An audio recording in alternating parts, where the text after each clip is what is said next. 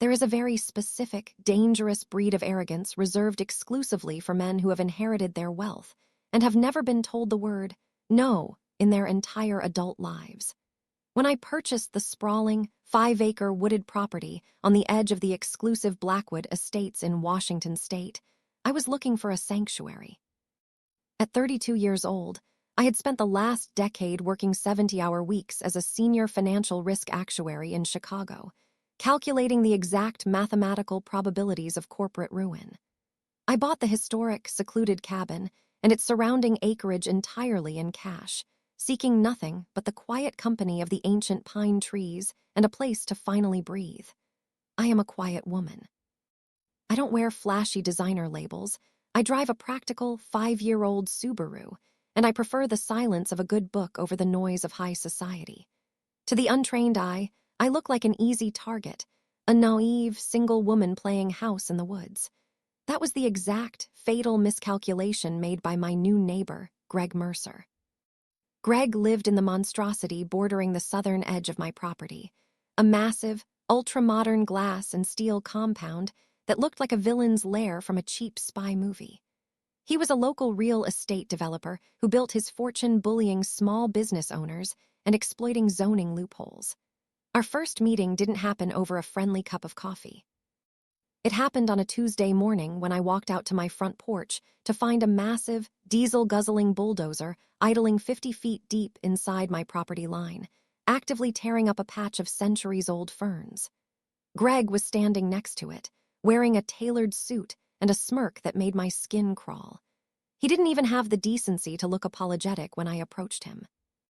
"Good morning, sweetheart," he said, his voice dripping with the kind of condescension that makes you want to reach for a heavy object. "You must be the new girl who bought the old Miller cabin. I'm Greg Mercer. I'm currently expanding the access road to my guest house, and since this little strip of dirt is basically useless to you, I'm just going to pave a 12-foot easement right through here. I'll have my assistant send you a check for $5,000. Buy yourself something nice." I stood there looking at the destroyed ferns, the massive machine, and then directly into his smug, unblinking eyes. He hadn't asked. He hadn't negotiated. He had simply invaded my sanctuary because he assumed I was too weak, too intimidated, or too stupid to stop him. "Turn the machine off, Greg," I said, my voice barely above a whisper, yet carrying a cold, mathematical precision that made the heavy machinery operator hesitate.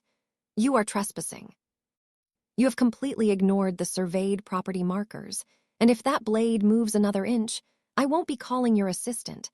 I will be calling the sheriff to report the destruction of private property."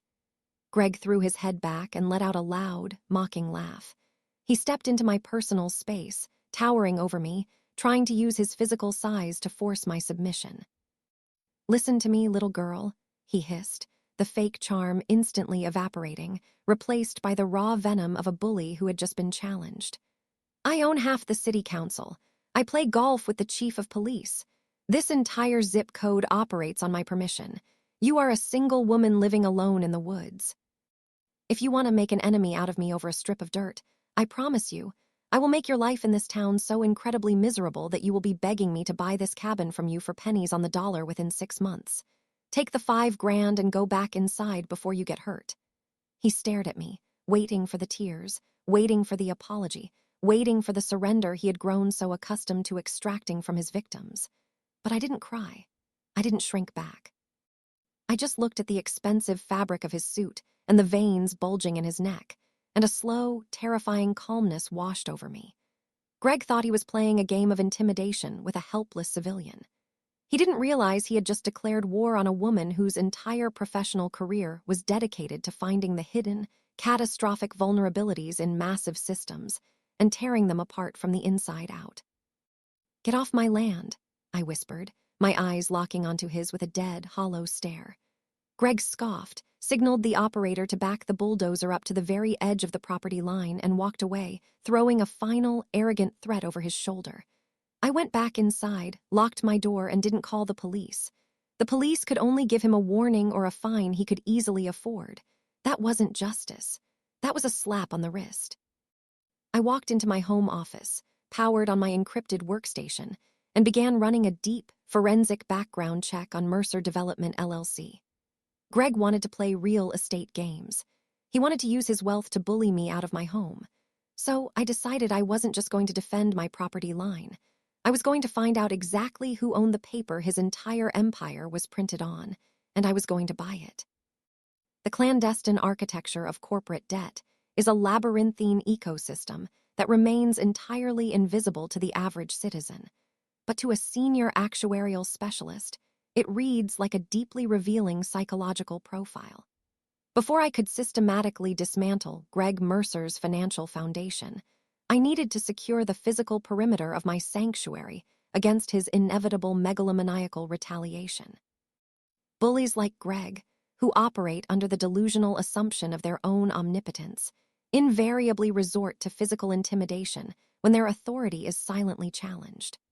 Operating under the cover of a moonless Tuesday night, I utilized my generous severance package from Chicago to commission the overnight installation of a military-grade, closed-circuit surveillance apparatus. I didn't hire a local contractor who might gossip at the country club. I brought in an independent cybersecurity firm from Seattle. By dawn, the entire 5-acre circumference of my forested property, specifically the contested southern boundary line bordering Greg's ostentatious glass compound, was heavily monitored by 12 camouflaged, 4K resolution, motion-activated, infrared cameras. The data didn't record to a vulnerable local hard drive. It was instantaneously encrypted and uploaded to a subterranean cloud server in Switzerland. Let him bring his bulldozers. I was now documenting every single microtransgression in spectacular, indisputable high definition. With the physical perimeter hardened, I retreated into the illuminated sanctuary of my home office, powered up my customized multi-monitor workstation, and initiated a comprehensive forensic dissection of Mercer Development, LLC. The public facade of Greg's empire was undeniably intimidating. Glossy promotional brochures featuring philanthropic galas, sprawling commercial strip malls, and aggressive local billboard advertisements, projecting an image of insurmountable, generational wealth.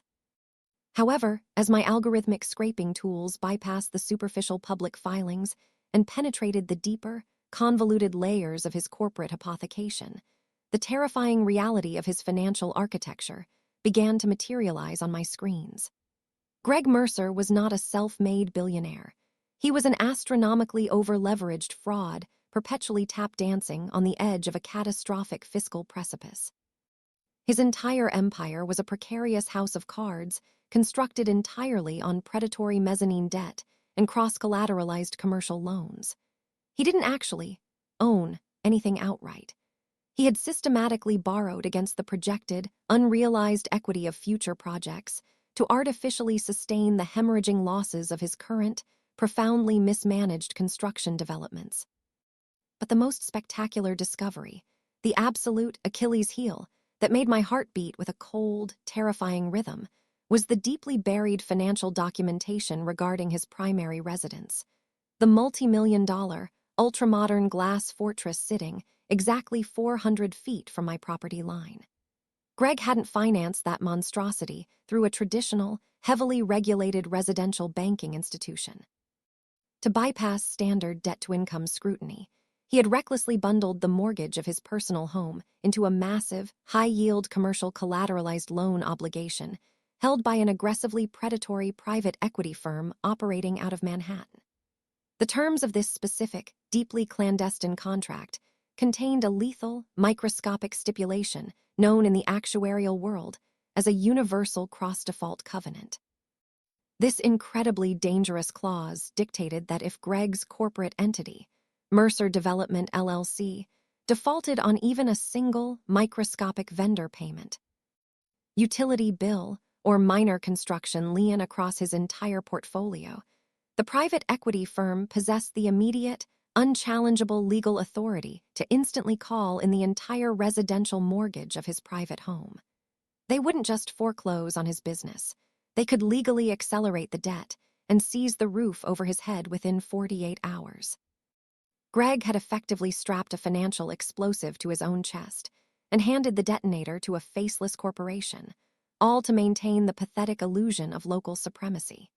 He believed his meticulously crafted facade of political invulnerability and arrogant intimidation would perpetually shield him from the consequences of his astronomical insolvency. He thought he was untouchable because he terrorized the local zoning board and bullied single women in the woods. He completely failed to calculate the catastrophic probability of a quiet, unassuming actuary discovering the invisible strings holding his pathetic empire together. I leaned back in my ergonomic chair, the blue light of the monitors reflecting in my eyes, completely mesmerized by the sheer magnitude of his stupidity. I didn't just need to buy his mortgage. That would be too simple, too merciful. I needed to systematically identify his weakest, most desperate commercial vendor, quietly purchase that specific, microscopic fractional debt, and then weaponize it to trigger the universal cross-default cascade. I was going to pull the single, invisible thread that would unravel his entire fabricated existence, and I was going to watch his glass castle shatter from the comfort of my own porch. The execution of a flawless financial assassination requires the calculated patience of a venomous predator waiting for the absolute perfect microsecond to strike. Having mapped the fragile, over-leveraged topography of Greg Mercer's fraudulent empire, my immediate objective was to isolate the specific, microscopic fracture that would inevitably trigger the systemic collapse of his entire corporate portfolio. I spent the subsequent 72 hours submerged in a relentless, caffeine-fueled state of absolute hyperfocus, deploying my proprietary data scraping algorithms to ruthlessly interrogate the public records of the county courthouse for any outstanding mechanics liens, vendor disputes, or municipal infractions associated with Mercer Development, LLC. Greg was a creature of highly predictable, predatory habit. Arrogant men who build their fortunes on intimidation routinely exploit the most vulnerable components of their supply chain, operating under the assumption that small business owners lack the financial stamina to sustain protracted legal warfare. After systematically sifting through thousands of convoluted municipal filings, my algorithms flagged a devastatingly perfect anomaly. A family-owned commercial HVAC and plumbing contractor named Elias and Sons that had installed the complex geothermal heating infrastructure for one of Greg's recently abandoned suburban strip malls. Greg had ruthlessly withheld their final payment of $65,000 for over 8 agonizing months, repeatedly citing fabricated, entirely unsubstantiated performance deficiencies to legally justify his blatant corporate theft. The prolonged non-payment had pushed the multi-generational family business to the absolute precipice of bankruptcy, forcing them to lay off half their loyal workforce and face the terrifying prospect of losing their own commercial warehouse to foreclosure. Greg didn't just withhold their money, he was actively bleeding them dry, laughing in his glass castle while honest, hard-working men suffered the catastrophic consequences of his financial sociopathy. This was the exact, infinitesimal vulnerability I required to detonate his universal cross-default covenant. I didn't send a threatening email or rely on a legal surrogate. I drove my unassuming Subaru directly to the industrial outskirts of the city and walked into the dilapidated, dimly lit front office of Elias and Sons. Mr. Elias, a man whose deeply lined face reflected the crushing, inescapable weight of impending financial ruin, looked at me with a mixture of profound exhaustion and severe suspicion when I presented my professional credentials. I didn't offer him empty sympathy. I offered him immediate, undeniable salvation. I presented a legally binding assignment of debt contract, offering to purchase the entirety of Greg Mercer's delinquent invoice for the full $65,000, plus an additional 20% premium to compensate for his unimaginable psychological distress, paid in liquid cash, transferred immediately to his commercial routing number. In exchange, I would assume absolute, unequivocal ownership of the debt and all associated legal rights to aggressively pursue collection. The man actually wept as he signed the notarized documents, completely unaware that he had just handed me the cryptographic key to permanently dismantle a local billionaire's fraudulent kingdom. As I drove back to my secluded woodland sanctuary, holding the legal instrument of Greg's destruction in my passenger seat, my newly installed surveillance perimeter sent a synchronized, high-priority encrypted alert directly to my smartphone. Greg, apparently infuriated by my absolute refusal to capitulate to his pathetic intimidation tactics on the property line, had decided to escalate his campaign of suburban terrorism. I parked my car, locked the doors, and immediately pulled up the live, high-definition feed from my subterranean server.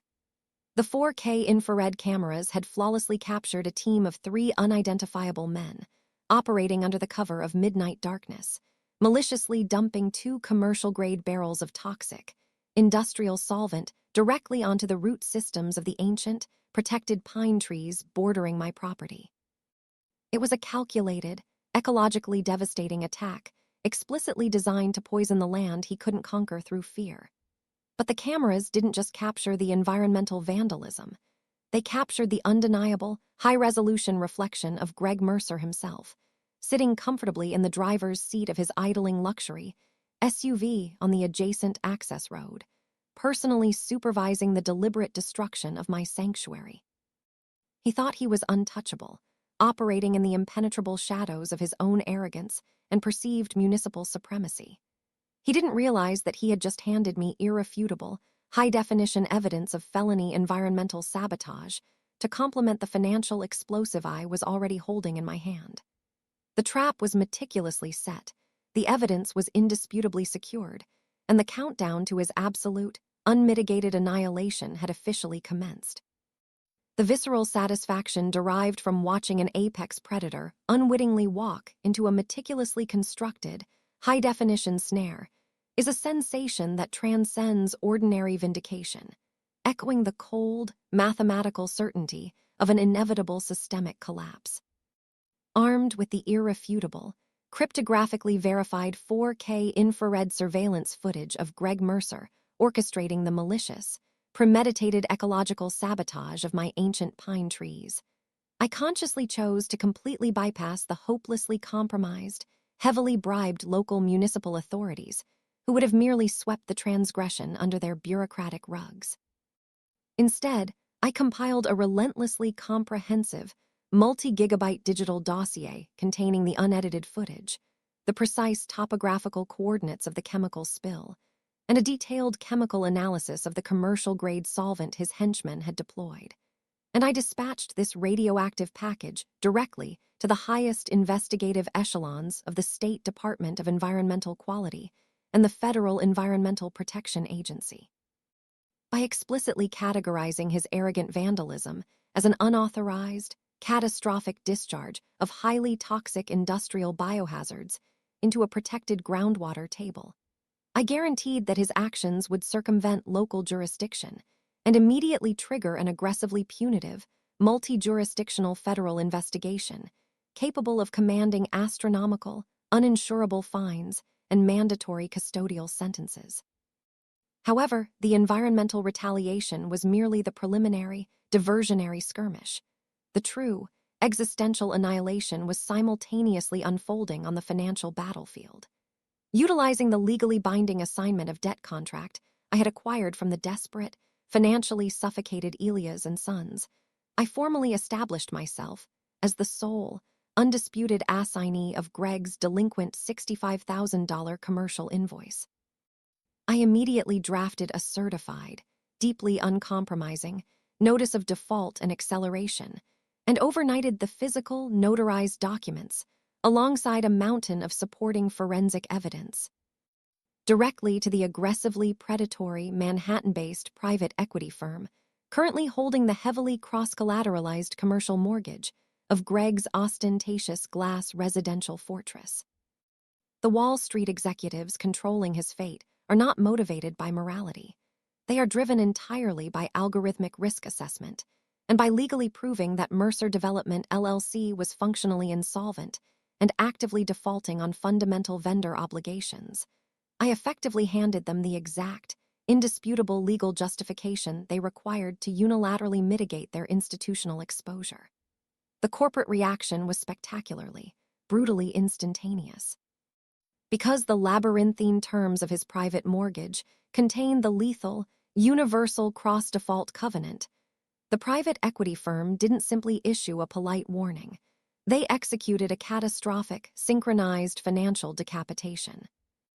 Within 48 hours of receiving my incontrovertible documentation, they autonomously triggered the covenant, immediately freezing every single one of Mercer Development LLC's corporate operating accounts, aggressively revoking all of his revolving commercial lines of credit, and officially filing an expedited, non-judicial foreclosure notice on his primary multi-million-dollar residential compound.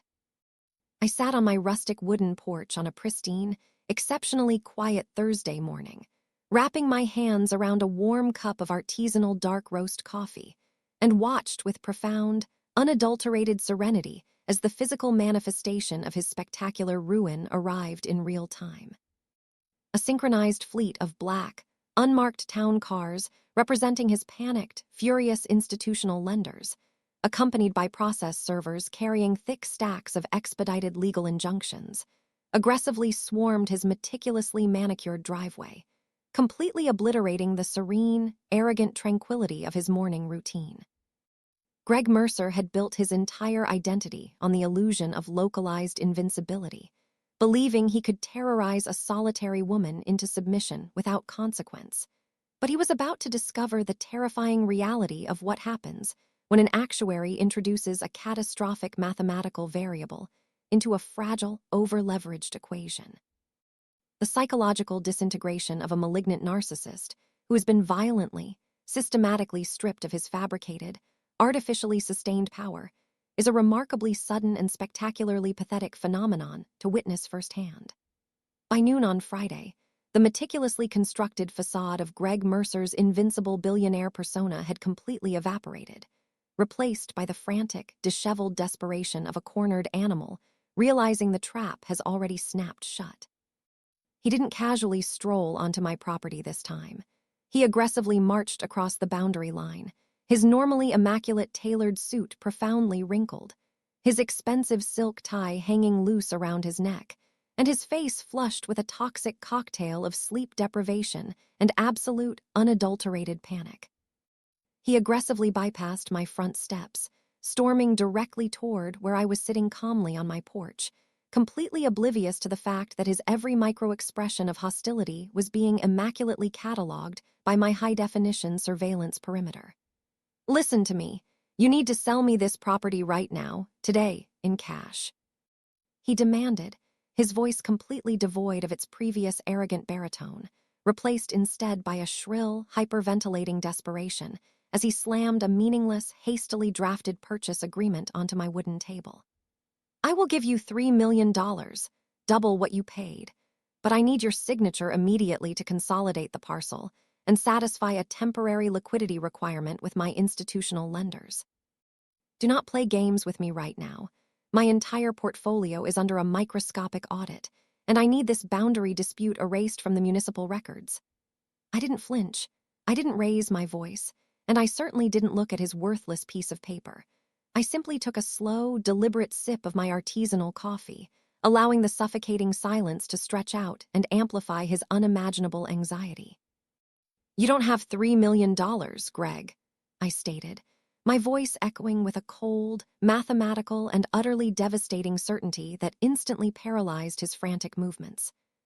In fact, according to the expedited forensic audit currently being aggressively executed by the Manhattan-based private equity firm holding the heavily cross-collateralized commercial mortgage on your ostentatious glass compound, you possess absolutely zero liquid assets, and your corporate entity is functionally, undeniably insolvent.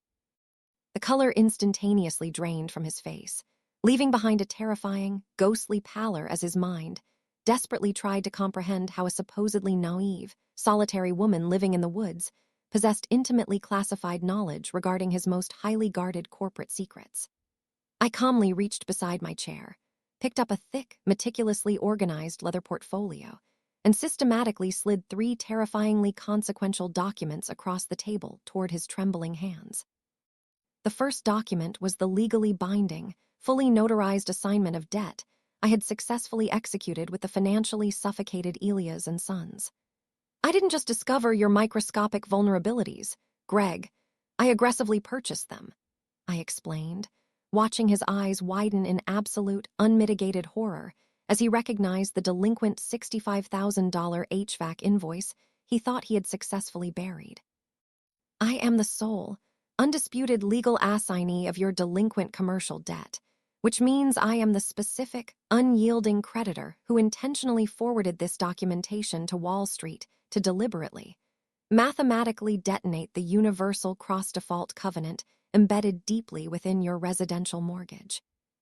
He stumbled backward, his hands desperately gripping the railing of my porch as if the gravitational pull of the earth had suddenly reversed, his mouth opening and closing soundlessly as the catastrophic magnitude of my engineered retaliation finally penetrated his monumental arrogance.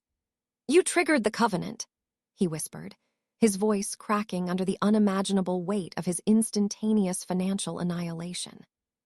"I didn't just trigger the covenant, Greg," I continued, my tone remaining as clinical and detached as a surgeon amputating a gangrenous limb, sliding the second and third documents toward him.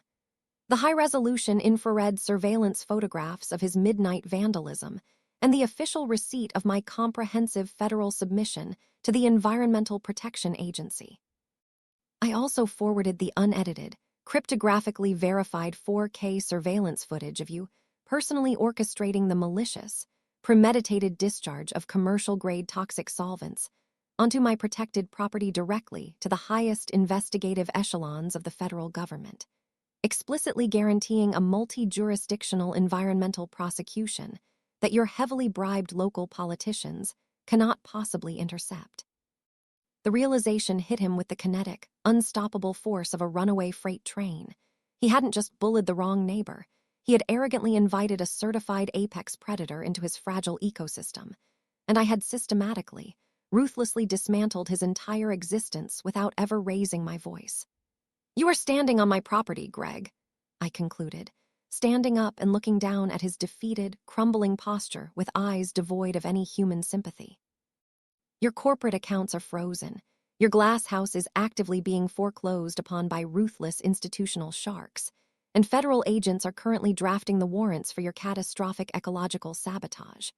I strongly suggest you use the remaining hours of your freedom to find a very good defense attorney, because if you ever step foot on my land again, I won't use finance to destroy you. I will simply have you arrested for criminal trespassing."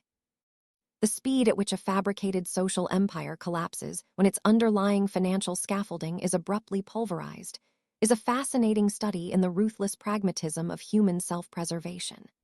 By Monday morning, the previously tranquil, exclusive atmosphere of Blackwood Estates had been spectacularly transformed into a chaotic, multi-agency staging ground for Greg Mercer's unprecedented, highly publicized annihilation. I positioned myself comfortably on my rustic cedar porch, armed with a fresh press of Ethiopian coffee and a pair of high-powered, military-grade binoculars, preparing to witness the glorious, physical manifestation of the algorithmic ruin I had meticulously engineered. Exactly at 8:00 a.m., a synchronized convoy of heavily armored, matte black SUVs bearing the unmistakable insignia of the Environmental Protection Agency's Criminal Investigation Division, flanked by a phalanx of grim-faced federal marshals, aggressively breached the perimeter of his multi-million-dollar glass compound. They did not ring the doorbell with the deferential politeness Greg had grown accustomed to extracting from his bribed local officials. They systematically utilized a motorized battering ram to shatter his custom-forged iron gates, swarming the property with specialized teams of agents clad in level, hazmat suits to immediately secure the perimeter of his toxic chemical spill. Greg, violently pulled from his bed, was dragged out onto his meticulously manicured front lawn, wearing nothing but silk pajamas and a pair of heavy steel handcuffs. His previously immaculate, arrogant face now contorted into a grotesque mask of weeping, unadulterated terror, as the federal agents officially impounded his entire property as an active, contaminated crime scene. The sheer magnitude of the multi-jurisdictional federal raid instantly severed the parasitic, symbiotic relationships he had aggressively cultivated with the local municipal government, as every corrupt zoning board member, police chief, and city councilman who had previously accepted his illicit kickbacks, immediately scrambled to irrevocably distance themselves from the radioactive fallout of his impending, catastrophic prosecution. Simultaneously, the Manhattan-based private equity firm, operating with the terrifying, mechanized efficiency of a Wall Street apex predator, unleashed their own legion of aggressively unyielding process servers and corporate liquidators to officially execute the non-judicial foreclosure triggered by the Universal Cross-Default Covenant. I watched with profound, cold-blooded satisfaction as they mercilessly towed away his fleet of luxury, imported sports cars, effectively repossessing every single tangible asset he had fraudulently acquired, stripping him of the superficial armor of wealth he had utilized for a decade to systematically terrorize vulnerable small business owners and single women.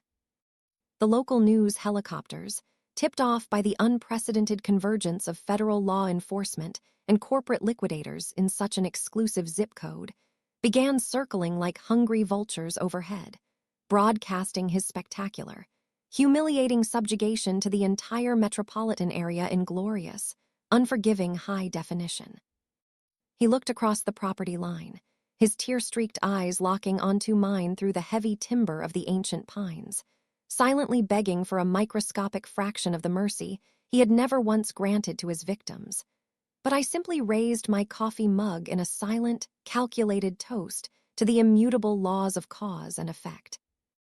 He had arrogantly believed that his localized, fabricated authority was an impenetrable fortress, remaining completely oblivious to the mathematical reality that even the most towering glass castles can be instantly, irrevocably shattered by a single, perfectly placed stone from a quiet woman who intimately understands the invisible architecture of his fraudulent existence. The aftermath of Greg Mercer's spectacular, televised apprehension was not a period of passive observation for me. Rather, it signaled the commencement of the most intricately aggressive phase of my overarching financial orchestration. While Greg languished in a sterile, windowless federal holding facility, frantically attempting to secure an astronomical bail that his liquidated institutional lenders had explicitly prohibited, I transitioned my operational focus from his personal annihilation to the systemic, methodical dissection of his remaining corporate carcass. Mercer Development, LLC, now entirely stripped of its revolving credit lines and publicly branded as a toxic, federally indicted entity, was rapidly spiraling into a chaotic, unmanageable state of involuntary Chapter 11 bankruptcy. However, instead of allowing a detached, bureaucratic court-appointed trustee to blindly liquidate the remaining, fragmented assets to other predatory developers, I strategically leveraged my legally acquired position as his primary, defaulted commercial creditor to petition the federal bankruptcy court for the immediate installation of a specialized creditor's receivership. I did not undertake this monumental legal maneuver in isolation. I systematically contacted every single disenfranchised subcontractor, defrauded vendor, and financially suffocated small business owner whom Greg had ruthlessly exploited over the preceding decade, inviting them to my secluded woodland sanctuary to form an unprecedented, legally binding coalition of the betrayed. When Mr. Elias, the exhausted HVAC contractor whose delinquent invoice had served as the cryptographically precise detonator for Greg's ruin, arrived at my cabin accompanied by dozens of similarly traumatized electricians, plumbers, and landscapers, I presented them with a meticulously drafted, mathematically foolproof corporate restructuring blueprint. I proposed that we consolidate our collective, legally recognized grievances into a massive, unified holding company, utilizing the sheer, overwhelming volume of our combined unpaid invoices to aggressively outbid any external competitors and systematically acquire the entirety of Mercer Development LLC's half-finished, abandoned commercial projects for literal pennies on the dollar. The sheer, intoxicating magnitude of the proposition left the room in a state of stunned, reverent silence. The very men and women whom Greg had deliberately attempted to drive into catastrophic insolvency were now being offered the exclusive, unprecedented opportunity to legally seize absolute ownership of the physical buildings they had poured their sweat and blood into constructing. With the undeniable, ironclad mathematics of my actuarial projections validating the extraordinary profitability of the acquisition, the coalition unanimously signed the incorporation documents, officially establishing an aggressive, worker-owned cooperative that I quietly named Arboreal Holdings, as a subtle, permanent homage to the ancient pine trees that Greg had so foolishly attempted to destroy. Within 45 days of his televised arrest, the federal bankruptcy judge, profoundly disgusted by the overwhelming mountain of forensic evidence documenting Greg's systemic, sociopathic financial fraud, officially approved our aggressive hostile takeover, systematically stripping Mercer Development, LLC, of every single deed, permit, and physical asset. We didn't just repossess his stolen wealth. We engaged in a magnificent, highly profitable redistribution of equity, immediately dispersing the operational capital required to save Elias and Sons and every other participating vendor from their impending, Greg-induced financial ruin. Greg had spent his entire pathetic life building a fraudulent empire by aggressively standing on the throats of the working class. But through the cold, unyielding application of forensic mathematics and collective corporate action, I had orchestrated a scenario where the very foundation he had exploited suddenly rose up to legally, permanently swallow his entire legacy whole.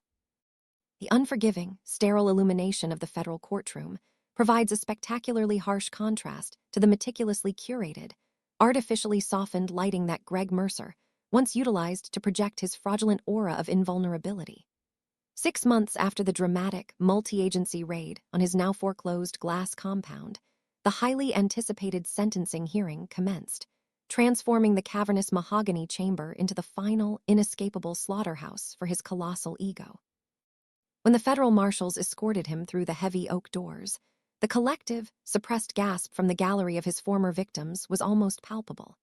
The arrogant, impeccably tailored local billionaire had been entirely eradicated, replaced by a hollow, trembling husk of a man shuffling forward in a faded, oversized institutional orange jumpsuit, his wrists and ankles bound by heavy steel chains that clinked with a pathetic, rhythmic finality against the polished marble floor. The federal prosecutors, armed with the insurmountable, multi-terabyte mountain of cryptographically verified forensic data and surveillance footage I had initially provided, methodically dismantled his desperate, high-priced defense strategy with the ruthless efficiency of a military surgical strike.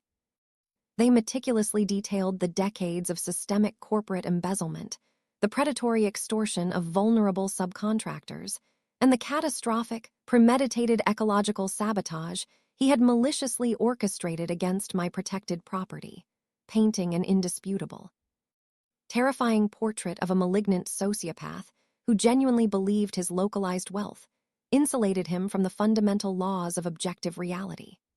However, the absolute zenith of his psychological devastation materialized when the presiding federal judge, a notoriously uncompromising jurist with zero tolerance for white-collar impunity, called me to the witness stand to deliver an integrated expert testimony and victim impact statement. As I adjusted the microphone, looking directly down into his defeated, sunken eyes from the elevated platform, I did not speak of emotional trauma or localized fear.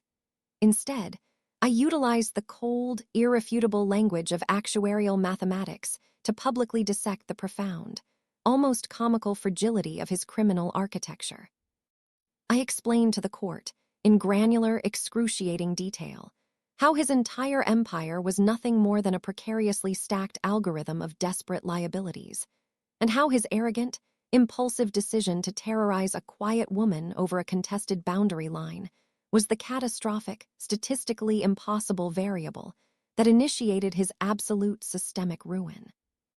The courtroom sat in a state of transfixed, breathless silence as I clinically narrated the exact chronological timeline of his destruction, ensuring that every single reporter, defrauded vendor, and former corrupt political ally understood that Greg Mercer was not a corporate mastermind who had simply overreached, but a profoundly incompetent, over-leveraged bully who had inadvertently picked a fight with a financial apex predator.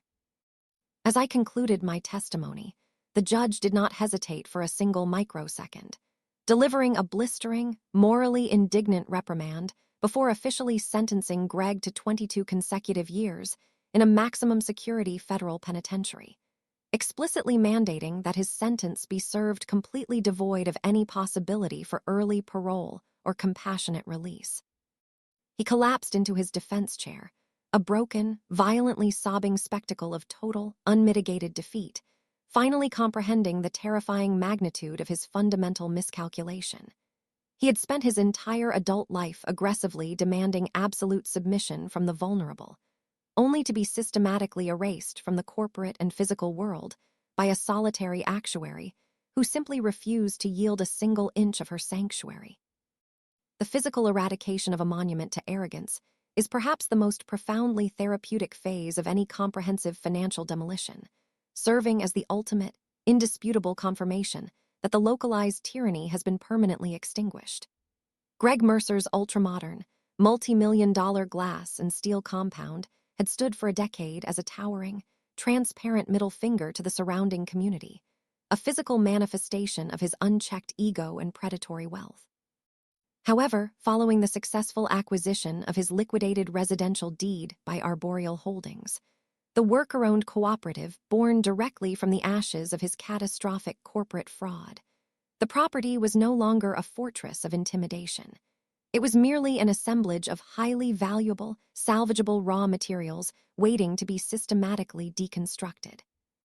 On a crisp, exceptionally clear Tuesday morning, exactly 1 year to the day since Greg had arrogantly driven his bulldozer across my property line, a synchronized fleet of heavy excavation machinery and specialized demolition crews arrived at his shattered front gates. But this time, they were not operating under his tyrannical, extortionate commands. They were the very same contractors, electricians, and tradesmen whom he had maliciously driven to the absolute precipice of insolvency, returning to his property not as subjugated, desperate laborers, but as the undisputed, legal proprietors of the entire estate. I stood on my rustic porch, holding a steaming mug of black tea, my high-definition surveillance perimeter now completely recalibrated to meticulously document the glorious, mechanized dismantling of his fraudulent legacy. The demolition did not commence with reckless explosives or blunt wrecking balls. It was executed with the surgical, calculated precision of a corporate autopsy, as teams of specialized workers systematically extracted the imported Italian marble, the custom-forged structural steel, and the massive, heavily tinted glass panels that had once insulated him from the consequences of his sociopathic actions. Every single highly coveted fixture, every state-of-the-art appliance, and every slab of exotic hardwood was carefully removed, cryptographically cataloged, and immediately sold at premium commercial auctions, generating an astronomical influx of liquid capital that was instantly distributed directly into the bank accounts of the cooperative's working-class members, effectively transforming his stolen wealth into immediate, generational financial stability for the families he had actively attempted to destroy. By the conclusion of the second week, the towering, ostentatious compound had been entirely erased from the physical landscape, leaving behind nothing but a massive, leveled expanse of fertile, exposed earth. As the final heavy-duty dump trucks hauled away the last pulverized remnants of his reinforced concrete driveway, I confidently walked across the now-invisible boundary line that had initiated this catastrophic, asymmetrical war, my boots sinking into the soft, unpaved dirt that was now permanently and legally registered under my name. We didn't pour new foundation or draft blueprints for another grotesque, ego-driven mansion.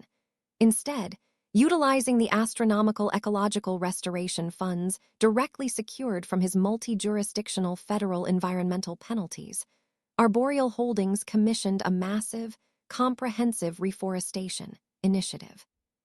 We systematically planted thousands of indigenous, deep-rooted saplings across the entirety of his former estate, transforming the absolute epicenter of his localized tyranny into a legally protected, permanently conserved extension of the ancient pine forest.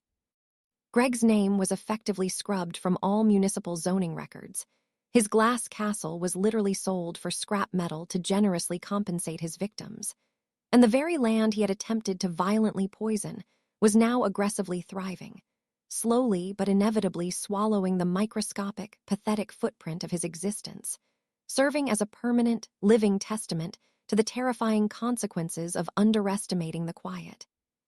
Calculating resilience of an actuary who intimately understands the architecture of ruin. The passage of time in my secluded woodland sanctuary now serves as an immaculate, uninterrupted symphony of absolute, ecological tranquility, entirely devoid of the toxic, mechanical roar of Greg Mercer's bulldozers or the suffocating, pervasive weight of his manufactured municipal tyranny. Sitting on my weathered cedar porch on a brisk, fog-laden November morning, enveloped by the profound silence of the Pacific Northwest, I gaze out across the newly integrated, 5-acre expanse that formerly constituted his heavily fortified residential compound. The thousands of indigenous saplings we aggressively planted through the Arboreal Holdings Cooperative have already begun to robustly root themselves into the enriched, detoxified soil, their vibrant green needles violently contrasting against the gray, overcast sky, actively reclaiming the exact topographical coordinates where his monument to unmitigated arrogance once stood. I recently received an automated, bureaucratic notification from the Federal Bureau of Prisons regarding inmate 84,729,054. Greg had desperately attempted to file a pathetic, comprehensively flawed legal motion for a facility transfer, citing severe, debilitating psychological distress induced by the relentless, hyper-regimented austerity of his maximum security environment. The federal appellate judge, possessing a remarkably pristine memory of his sociopathic, predatory history, summarily dismissed the motion within 48 hours, permanently condemning him to continue serving out the remainder of his 22-year sentence in an unforgiving 6-by-9-foot concrete cell that is mathematically smaller than the walk-in closet he once utilized exclusively for his custom-tailored suits. Meanwhile, the worker-owned cooperative, Arboreal Holdings, has spectacularly transcended its initial, retributive origins, rapidly evolving into the most aggressively profitable, ethically operated commercial development firm in the entire state, ensuring that the working-class families Greg attempted to systematically ruin will enjoy unassailable generational wealth long after his name has been completely eradicated from the annals of local history. My proprietary algorithmic risk assessment models are no longer deployed to predict the catastrophic failures of faceless megacorporations. I now utilize my specialized actuarial expertise exclusively to aggressively audit, identify, and systematically dismantle predatory real estate developers who foolishly attempt to exploit vulnerable demographics within our expanded operational territory. The property lines of my sanctuary are now permanently, legally undisputed, heavily fortified not by fragile, transparent glass walls, but by an impenetrable, living perimeter of ancient, towering pines and the cold, unyielding certainty of forensic mathematics. My name is Clara, and I am a Senior Financial Risk Actuary. He arrogantly believed he could violently force a solitary woman out of her home because he fundamentally misunderstood the critical difference between perceived localized power and absolute, systemic control.